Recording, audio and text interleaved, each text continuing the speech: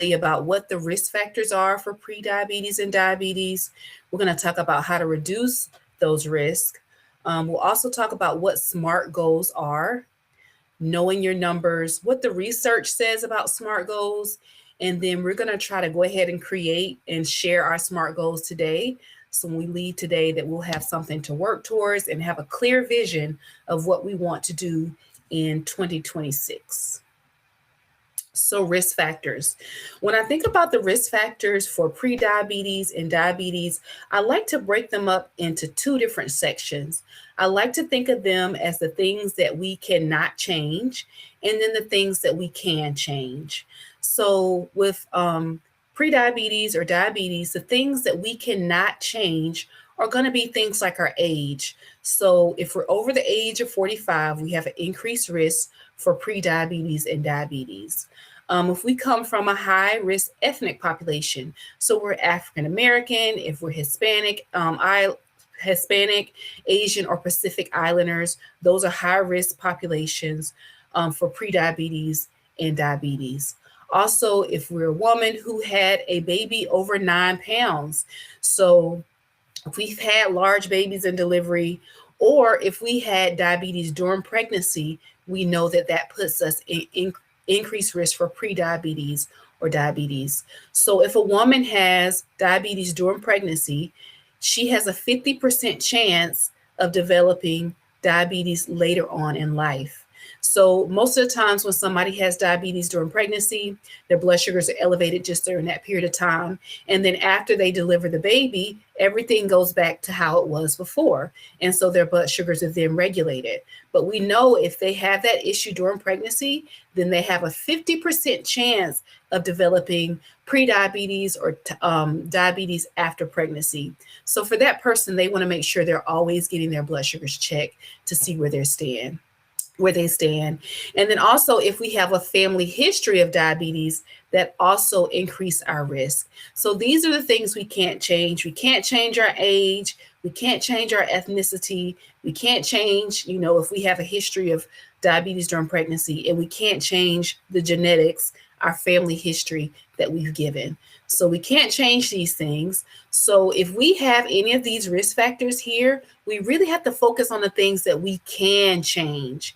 So here are the risk factors that increase our risk for diabetes that we can actually do something about. So if we have elevated blood pressure or hypertension, we want to make sure we're doing the things to help improve our blood pressure. For some, that may be reducing the salt in our diet, because we know when we eat more salt, it causes more fluid to go in our vessels, which then in turn elevates our blood pressure. So decreasing our sodium, or it may mean that we want to get more movement, because we know when we exercise, it helps to exercise our heart too, and that helps to lower our blood pressure. Or if we have a prescription for blood pressure medication, it may mean just taking that medication consistently so that our blood pressure is controlled and in that normal range. Other risk factors that we can change is if we're physically inactive. So say if we just don't get enough movement, it could be because maybe we work a job now where we sit the majority of the time, or it's cold outside, right? And we don't want to go outside and do our normal walks that we normally do. Or maybe we have some limitations in our mobility. So we're not able to do those traditional exercises. But we know if you get more activity, it actually drives down our blood sugars and helps to reduce our risk for diabetes. And so if you have mobility issues, it could be looking out of the box, doing some chair exercises. It could be, doing some stretches at home. But we know activity really helps to lower our risk for diabetes. Other risk factors could be like if we're overweight or we have obesity. So trying to lose weight can be helpful to reduce our risk for diabetes. When we have more fat in our abdominal area, it makes our body resistant to the insulin that we produce. So insulin is the hormone that helps to drive down our blood sugars. It helps us to use the sugar in our blood. So when we have more fat, our body can't recognize insulin. So then in turn, it makes our blood sugars higher. So trying to maintain a normal weight can be helpful.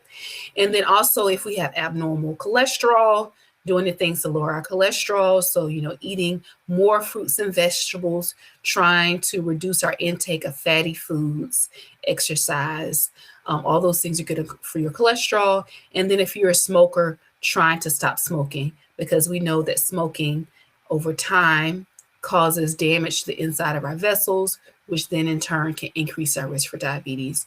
So we talked about the things we can't change, but then we have this whole list of things that we can change. So this is a good starting point for when we're trying to figure out what goals we can set to move forward into 2026. All right. Another thing to think about is, what is your primary goal? Just having time to sit and reflect and think, okay, do I want to lose weight? Or maybe my goal is to maintain my weight or to gain healthy weight if we're underweight. It could be to try to build a sustainable eating habit. So trying to figure out something that you can keep up throughout the year. It also could be increasing your physical activity. It could be taking your medication on a consistent basis, or trying to get better sleep. We know that when we sleep better, we create better habits. So when we sleep better, we're more rested, we have less anxiety, we make better decisions. So your goal could be trying to aim to get that 8 hours of sleep at night, or your goal could be something like checking your blood sugar levels so you know where you stand on a day-to-day basis as far as your diabetes or pre-diabetes. All right. So another thing to think about is what made you come to the meeting today. So why did you come today? Why did you want to hear this information? First of all, thank you for coming, because it shows that you are somewhat motivated about your health. But because you came, it means you probably want to make some changes to your habits, or make sure that you're carrying out the habits that you've already created last year. You may want to change your perspective, think of things differently. You may have come because you desire support. Maybe coming to Wow Wednesday every month is that support you need, that reminder you need to continue to make good decisions for your health overall. Or it could be because you desire to give yourself the life you deserve, and you just need some help along the way, making those good habits stick and stay in place. All right. And then, so what are you thinking about in general? So think about it. What are your thoughts about supporting your efforts? So we know that if we want to create positive change, we actually need to have a positive mindset. We actually need to feel like we can do the thing that we're saying we're trying to do.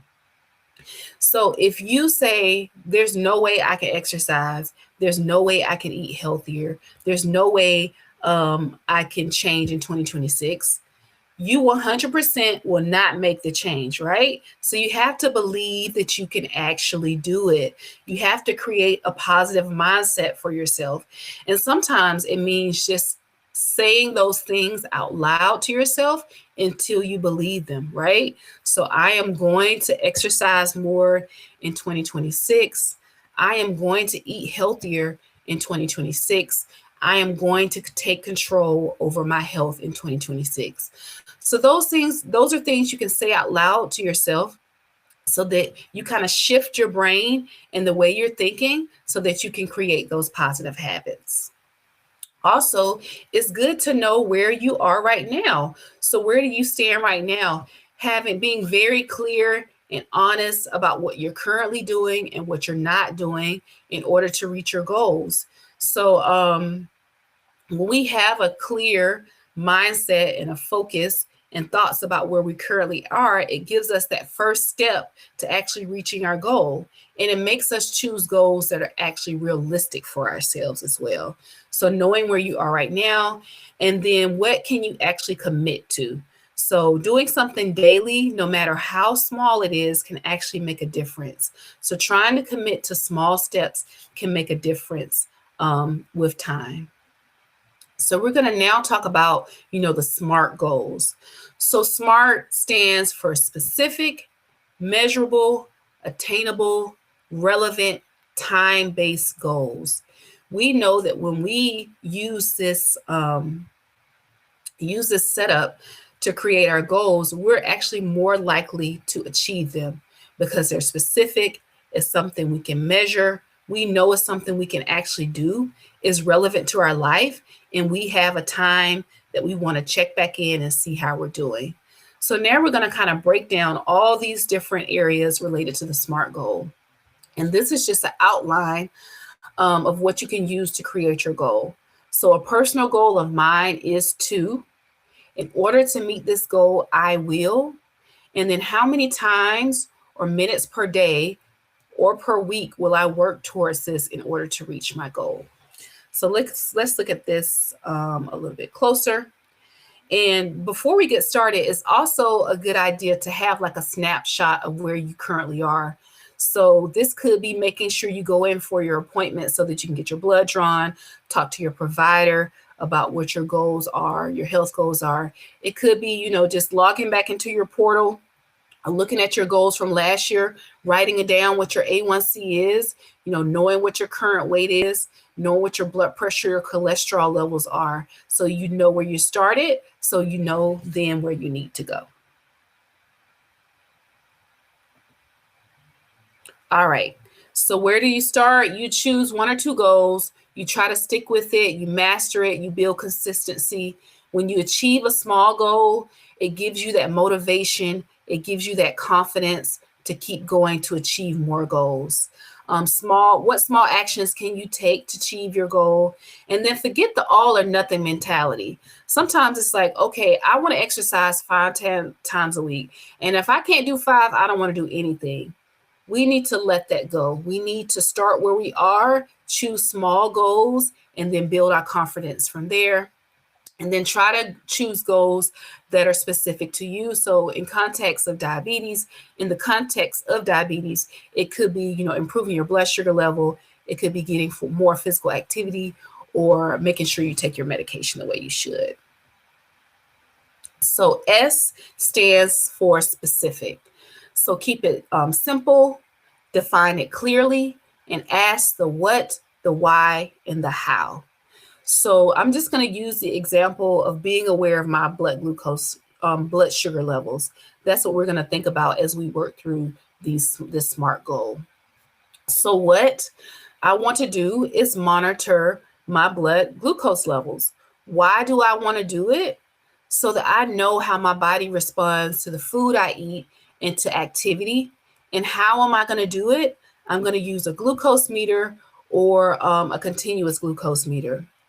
So if we don't know all these things, the what, the why, or the how, we're less likely to achieve this goal. For instance, say if you go in for your appointment with your doctor or your provider, and they tell you, okay, I want you to start checking your blood sugar. And that's what they tell you. I want you to start checking your blood sugar. That's the what, right? But if you don't know how you're going to check your blood sugar, if you don't have a meter, if you don't have glucose strips, if you don't have lances, if you don't have a continuous glucose meter, or you don't know why you're actually checking your glucose, then you're less likely to do it. But if you go in and they say, okay, I want you to check your blood sugar levels, and I'm going to send a meter to the pharmacy. Okay, you're more likely to do it if you know what you're going to do and how you're going to do it, even if you don't know that why. But that why is really important too, because when you know what you're actually looking for, when you're checking your blood glucose, it actually makes a huge difference in you doing it. If you feel like you're just checking these numbers so you can take them to your provider, you're less likely to do it versus if you know, when I check my fasting glucose in the morning, and it's greater than, say 130, that means the day before, maybe, or dinner before, I had too many carbohydrates. That means something totally different than just taking your numbers into your doctor. So when you know that you're checking your blood sugar so you can know how your body's responding to food and how your body's responding to activity or stress or sleep or all of those things, it makes you more likely to do it because you understand why you're doing it in the first place. Okay, that next is going to be M, so measurable. Is it tangible? Is it something you can actually do? How am I going to track this progress, and how will I know when I reach my goal? So if you use that, we use that same example of checking our glucose levels, then we want to make sure it's measurable. We want to have a chart that we can write our glucose down on. We want to know what our glucose goals are, what we want our blood sugars to be when we check it. So it could be having that chart. It could be having a glucose app that you can put on your phone. So here's some apps here listed, like Glucose Buddy, My Sugar, Glyco, Tide Pool. Those are all apps that you can put on your phone. And some of them actually connect to a continuous glucose meter or to the glucose meter that you use. So it automatically goes into the app. But this is a way that you can measure and see how you're doing overall. So the goal needs to be measurable. And then it also needs to be attainable or achievable. So is it a challenge, but is it still within my ability? Is it something I can actually do? Because we want to achieve the goal. If we make the goal too hard and we're not able to achieve it, it actually makes us less likely to continue on this healthy lifestyle journey.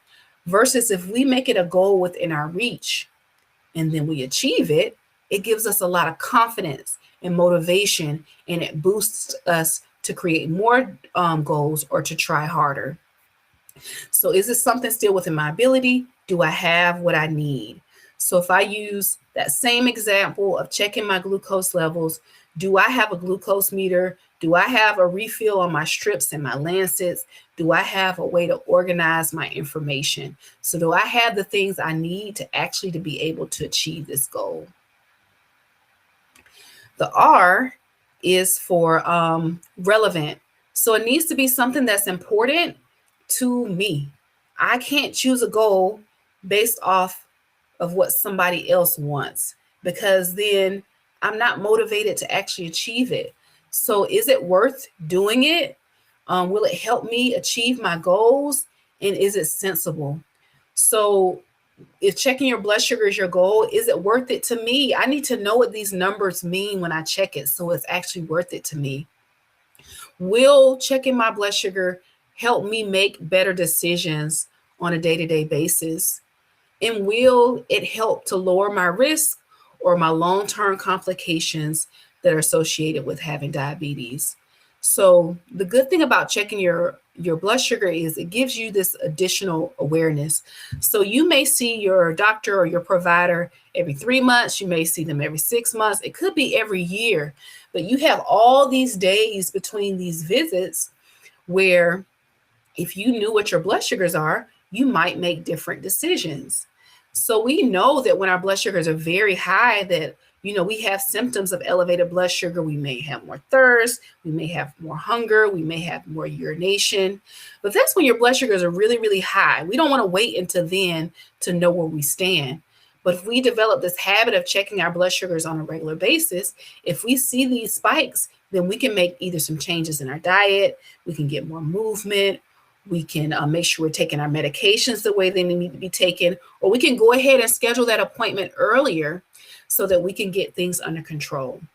So it needs to be relevant to you, and it also needs to help you to initiate change.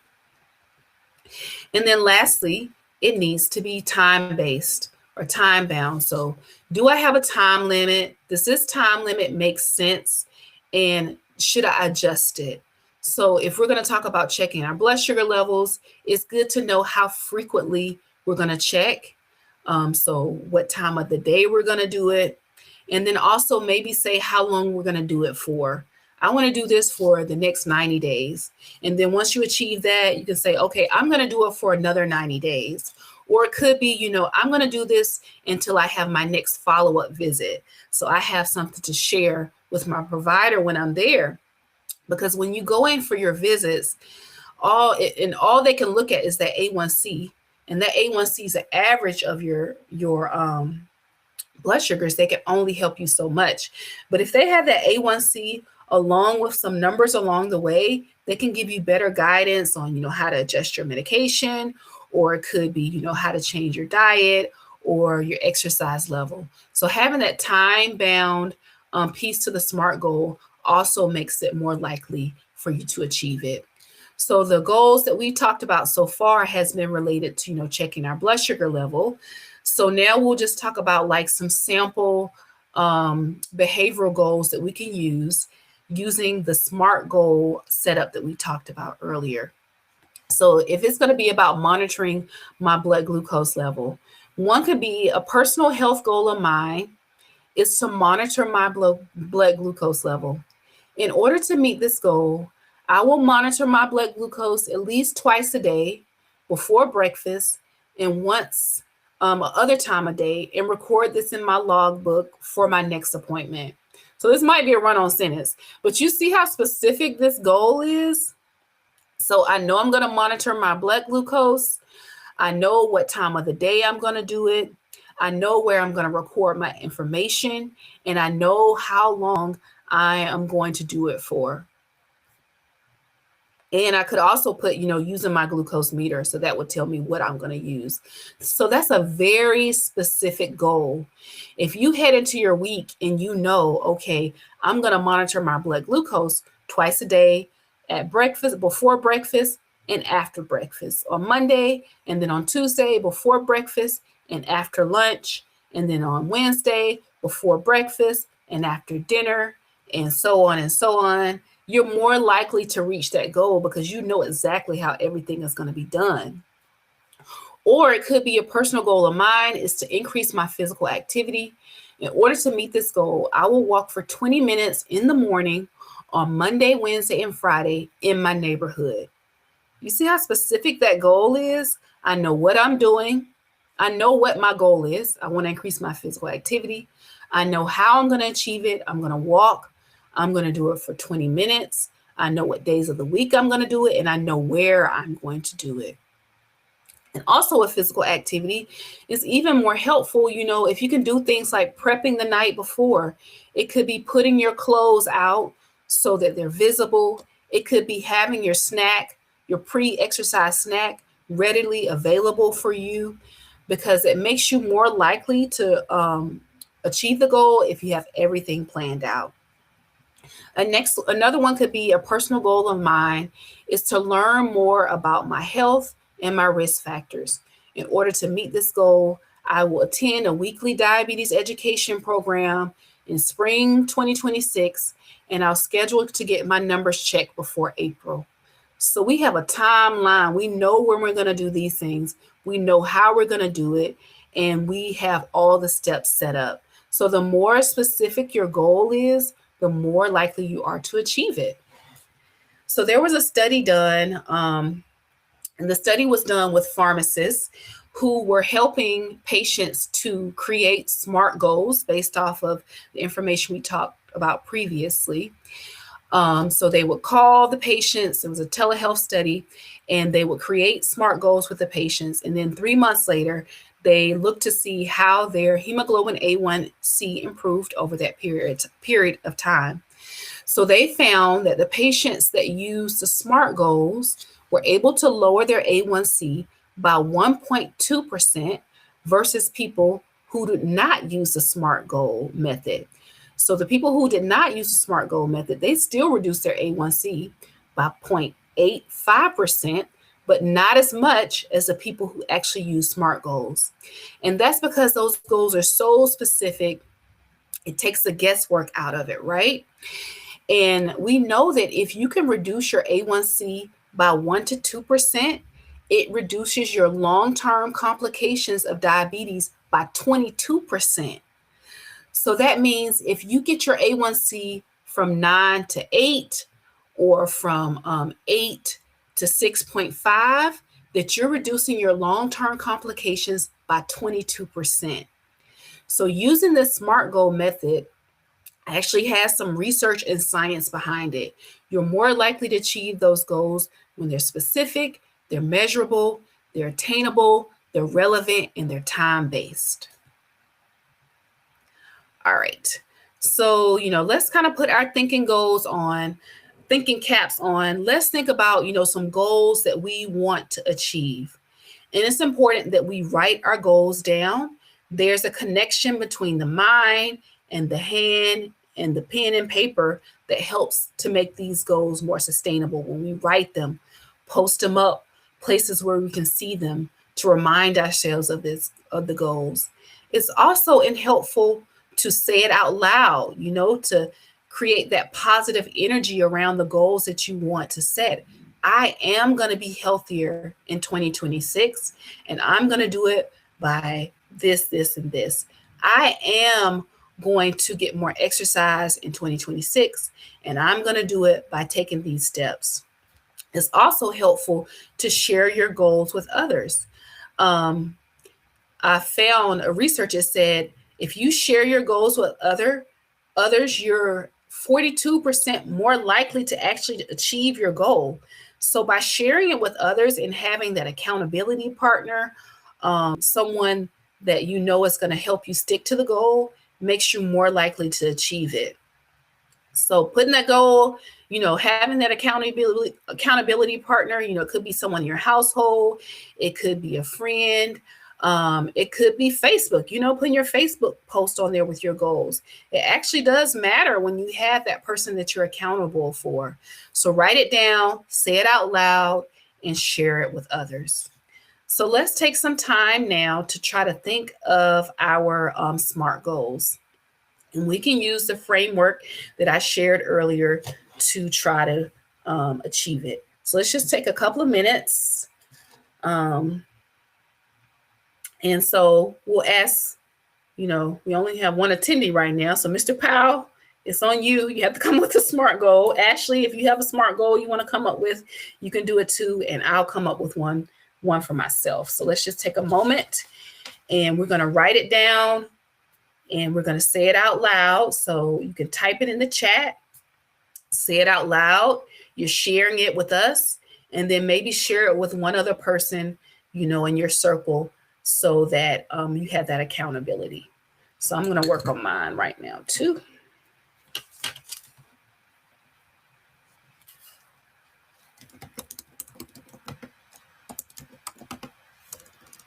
And I'll type mine in the chat. So I want to put it down.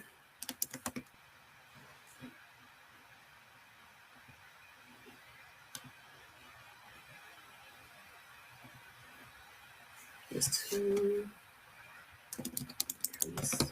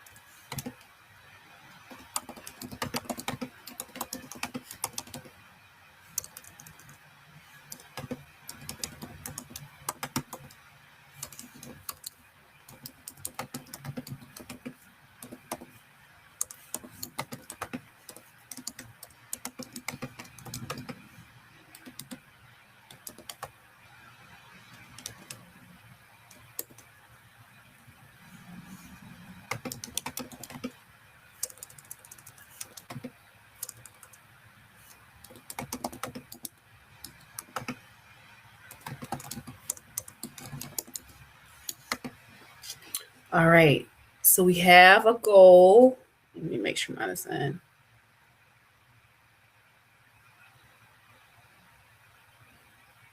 Okay. Goal, I just can't type in the group chat. Okay. What's your goal, Ashley? Share yours, please. Okay, so I'm gonna follow the prompt. My personal health goal would be to start walking more. I know it's a trend of getting the 10K steps in every day. I don't know about that now since I work from home. I just want to it's harder. Getting some movements. I used to, ever since I came back from vacation, I was walking. I think it was 2 miles on the treadmill at the gym.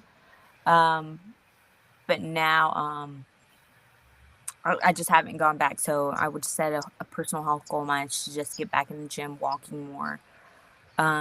In order to meet this goal, I will go to the gym.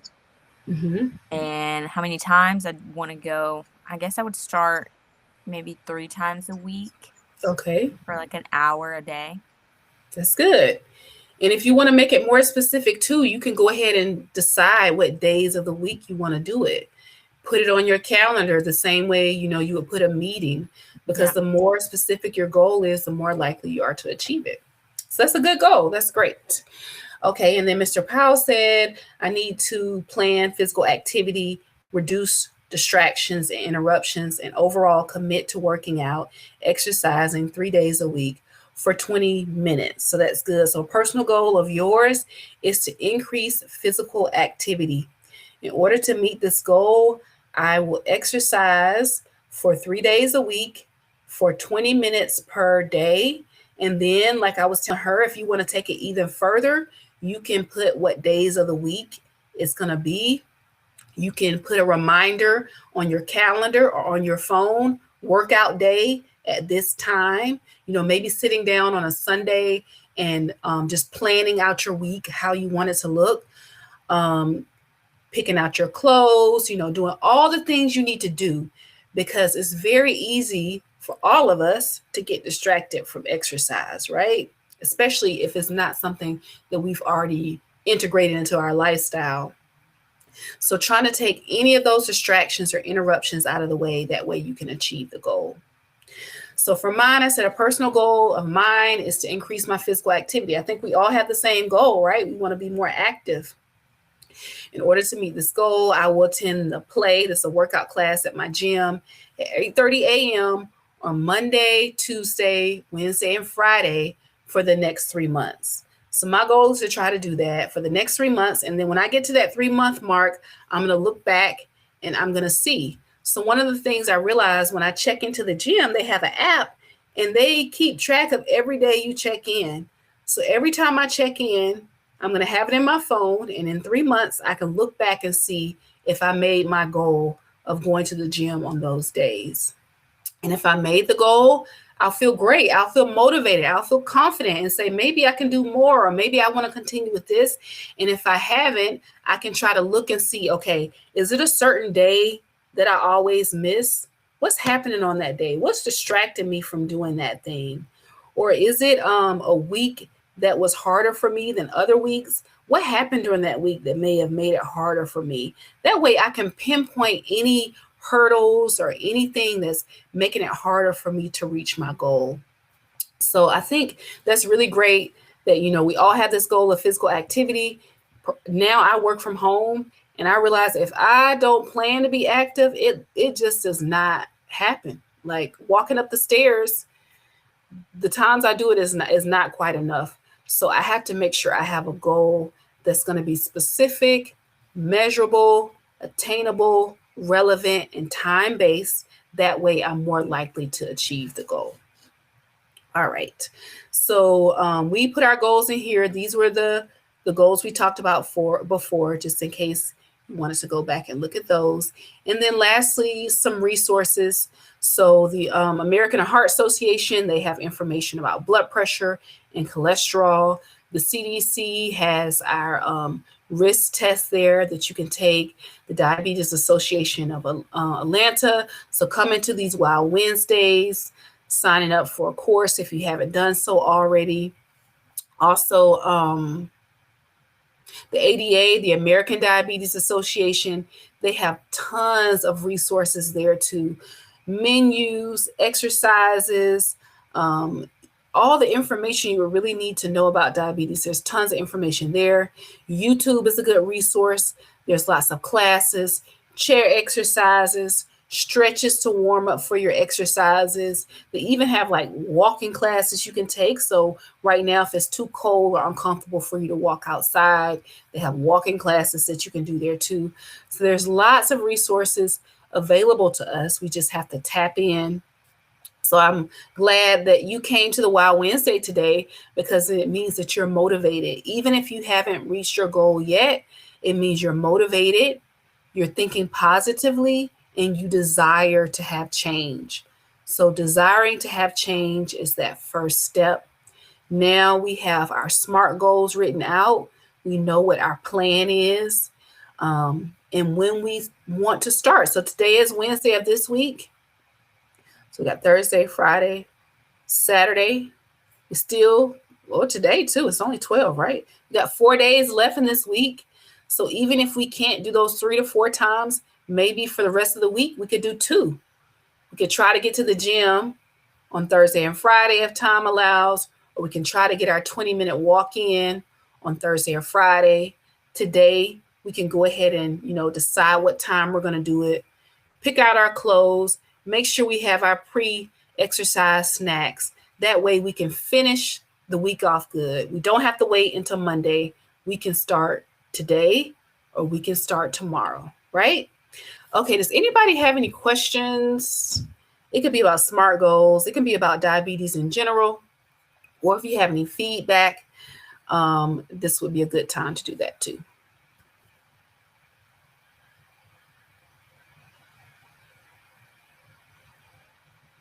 If not, I will hand it back over to Ashley. I don't know if you have any announcements. Yes, I do. Well, thank you so much, Sonia, for this lovely presentation. William, I think I remember we spoke on the phone. I'm not sure if you're the right person, and I can't see this chat, so I'm just gonna share the information. Our DSMES course is coming up in March. And Sonia will be our educator. Registration for that will go out soon. Just keep an eye out on our website, our social media, Instagram, Facebook, Twitter, LinkedIn, and just regularly check our website, and you'll probably get an email in your inbox. But yes, part of DSMES, and I forgot to mention this at the beginning, one of the concepts is setting SMART goals. So you sort of got a taste of, a little bit of what our DSMES class is all about. It's just helping you to improve your health, preventing like long-term complications. And we go over more in depth on what diabetes is, the medications that one must take, and just how to live a stress-free life and, offer support. So that's what our DSMES course is all about. And this was just a little bit of what you would be seeing in a, 4-week course. So if you're interested in signing up for DSMES, like I said, just keep an eye out on our website. You'll get an email if you're subscribed to our newsletter. Thank you so much for joining us. I know 12 is a weird time to join a webinar, but we're so appreciative of anyone who does join us. Next month, February, what is it? February the 25th, we'll have Linda Ackner. She's a registered dietitian, and she'll be joining us for Wow Wednesday. But yeah, well, if you're interested in that too, just like I said, follow us on our socials, and you'll get live updates on that. Thank you so much. Powell, he put a question in the chat for us. Oh, I can't see. Can you read that for me? Yes, I can. So it's just about fatigue and diabetes. So what advice for fighting diabetes-related fatigue? So that is real, feeling tired.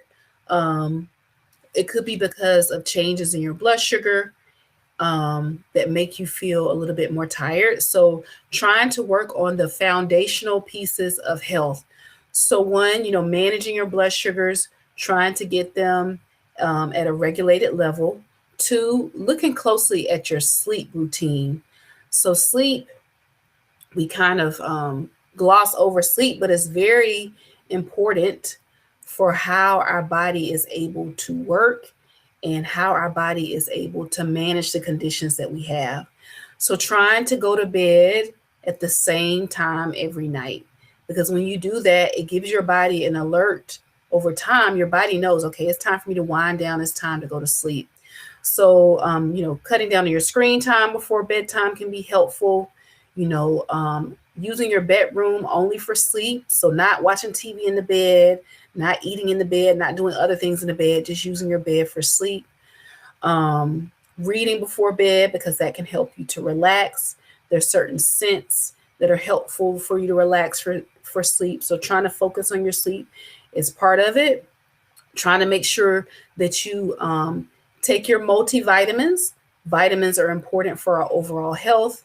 Also, eating foods that are going to be healthy for us. So, trying to get more fruits and vegetables in. They're good for our digestion. They're good for our blood sugars. They are good for the vitamins in it that helps and the nutrients that are in the fruits and the vegetables. So just trying to have an overall health. And then it's backwards, but it's like when you exercise, it actually helps your fatigue. But sometimes it's hard to exercise when you feel fatigued. So it's like that circle, right? I can't exercise because I'm so tired, but exercise actually helps the fatigue. So it could be, setting smaller goals. So if, that 30-minute walk is too much for you now, not saying I won't do anything, maybe cutting it down to a 10-minute walk. And then when that helps to give you more energy, then you can go further from there. So setting small goals, trying to get the exercise, eating healthy, focusing on your rest, trying to maintain stress. Stress can make us feel more tired too. So trying to maintain our stress. So doing things that are restorative for us. That could be, yoga. It could be stretching. It could be having a routine of doing something every day that helps you to relax. So just saying every day for 10 or 15 minutes, I'm going to read a book I enjoy. I'm going to read a devotional or read the Bible. I'm going to watch a TV show that I enjoy. I am going to do something that helps to lower my stress. So, focusing on those kind of foundational things of health, exercise, eating healthy, maintaining our stress, sleeping good at night, hydration, make sure we're getting enough water. All those things can help to fight off fatigue. And usually, what I say is if you are missing one of those things, you're going to have a problem. So, if you're not drinking enough water, you're not getting enough exercise, you're not eating healthy, you're not sleeping good, you're not maintaining your stress, your body has a way of telling you. So, trying to work on those foundational things. I hope that answered your question. I know it's not as clear, it's not as easy as it sounds. I 100% acknowledge that. It's a lot to be able to keep up with those things. But that's just kind of like that foundational. So if you're feeling tired, you're feeling fatigued, maybe think about those 5 things. Have I drank enough water today? Have I done something to help myself relax? Have I gotten any movement, even if it's, 5 minutes? Because sometimes you can sit so much it makes you tired, right? So trying to get a little bit of movement is helpful. Have I eaten something that's good for me? And what was the last one? Exercise, sleep, and sleep. Did I sleep good last night? So those are some questions you can kind of work through when you're feeling tired and fatigued. All right. Any other questions? All right. If not, I'm sure you can send Ashley a message at any time if you have any questions. And then thank you so much for coming to the session today.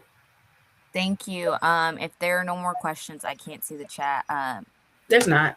You are free to go. We'll see you next Wednesday, and we'll just be in touch on the emails. All right. You guys have a great day.